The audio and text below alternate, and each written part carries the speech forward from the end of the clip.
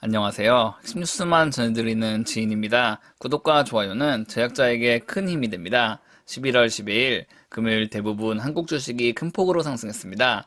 이 같은 기세를 따라 11월 중순부터 꾸준히 주가 상승이 발생한다면 훈훈한 겨울을 보낼 수 있을 것 같은데 과연 어떤 방향이 나타날지 흥미진진한 상황입니다. 오늘 얘기해볼 내용은 대우조선해양의 해양 플랜트 매각 그리고 조선 3사들의 해양 플랜트 수주 현황을 살펴보도록 하겠습니다.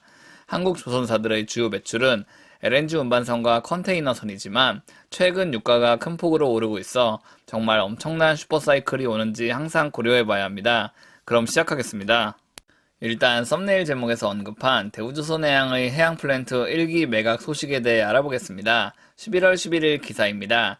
이 기사는 대우조선해양이 재고로 보유하던 해양 플랜트 1기를 터키 시추사에 매각했다는 내용을 담고 있습니다. 이번에 인도된 해양 플랜트는 2011년 미국 시추사 벤티지 드릴링으로부터 수주한 물량입니다. 그런데 2015년 벤티지 드릴링은 돌연 관련 선박 인도를 취소했습니다. 벤티지 드릴링은 구체적인 이유를 밝히지는 않았으나 분명 2015년 당시 유가가 낮은 가격을 유지했기 때문에 이 같은 결정을 한 것이라고 볼 수 있습니다.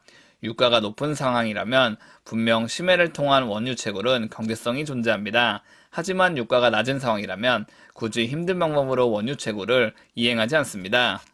2011년 수주했고 2015년 완성된 대우조선해양의 해양 플랜트는 줄곧 대우조선해양의 발목을 잡아왔습니다. 다들 아시다시피 해양 플랜트 선박 규모는 크기가 정말 어마어마합니다. 물론 관련 선박은 해양 플랜트 가운데서도 작은 규모긴 하지만 조선사로서는 정말 골칫덩이를 맞게 된 셈입니다. 왜냐하면 건조된 해양 플랜트를 다시 폐기할 것은 아니기 때문입니다. 이 해양 플랜트를 나중에 인도하려면 꾸준히 관련 유지 보수를 해놔야 하며 정상 가동되는지 주기적으로 체크해야 합니다. 그 과정에서 결국 대우조선해양은 꾸준히 관련 비용을 지불해야 합니다. 그런데 2019년 초 노르웨이 시추사 노던 드릴링의 자회사 웨스트 코발트가 관련 선박을 인수하겠다고 입장을 밝혔습니다. 게다가 대우조선해양은 웨스트 코발트로부터 선금을 일부 받았습니다. 이 얘기는 관련 선박이 인도될 가능성이 매우 높아졌다는 말입니다. 그런데 돌연 2019년 10월 웨스트 코발트는 해양 플랜트 인수 계약을 취소했습니다. 대우조선해양 측에서는 이미 선금을 받았기 때문에 이에 대한 큰 피해는 없다고 할 수 있습니다. 다만 골칫덩이를 매각함으로써 유동성 확보와 마음의 짐을 덜 기회였는데 아쉬운 상황에 처한 것입니다. 이 같은 어려움을 겪고 올해 11월 관련 해양 플랜트가 매각됐기 때문에 정말 대우조선해양은 날아오를 만큼 기분 좋은 상황일 것입니다. 10년 만에 악성 매물을 처리했기 때문이죠.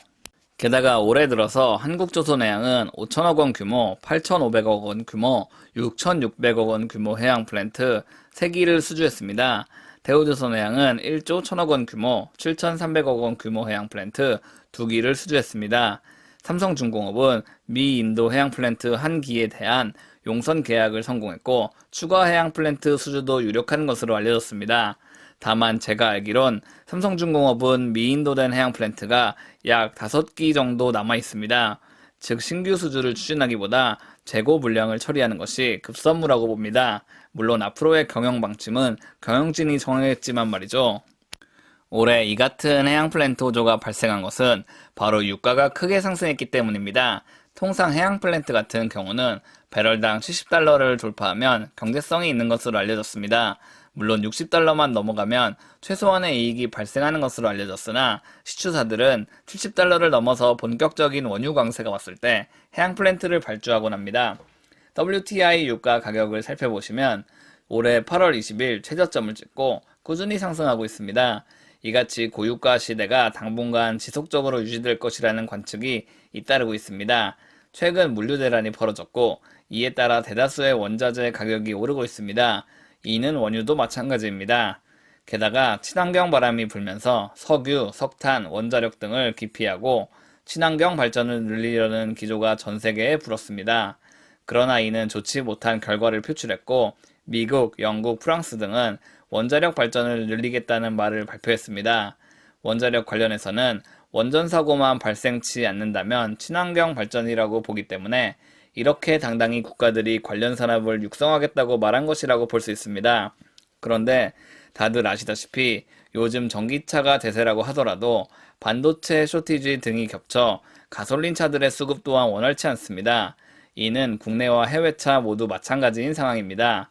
즉 완벽하게 완성차 공급이 정상화된다면 원유 소비 또한 크게 증가할 것입니다.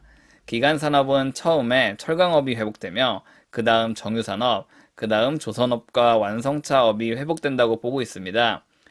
현대와 기아가 나름 회복되긴 했으나 이는 전기차에 대한 기대감이 선반영된 것이라고 봅니다. 결코 기존 완성차인 가솔린이나 LPG 관련 차의 회복 때문에 주가가 오른 것이 아니라는 말이죠. 전기차 시대가 이미 눈앞으로 왔지만 아직까지도 내연기관차가 압도적으로 많은 비율을 차지하고 있습니다. 결국 우리는 원유, LNG 등 다양한 연료 수급을 꾸준히 신경 써야 하며 이를 통한 해양 플랜트의 인기 등을 꼭 체크해 봐야 할 것입니다. 모두가 말하는 슈퍼사이클은 아직 전혀 오지 않았고 기대감만 계속 커지고 있는 상황이기 때문에 여러 관점에서 지켜봐야 한다고 저는 생각합니다. 제가 준비한 소식은 여기까지입니다. 지금까지 핵심 뉴스만 전해드리는 지인이었습니다. 감사합니다.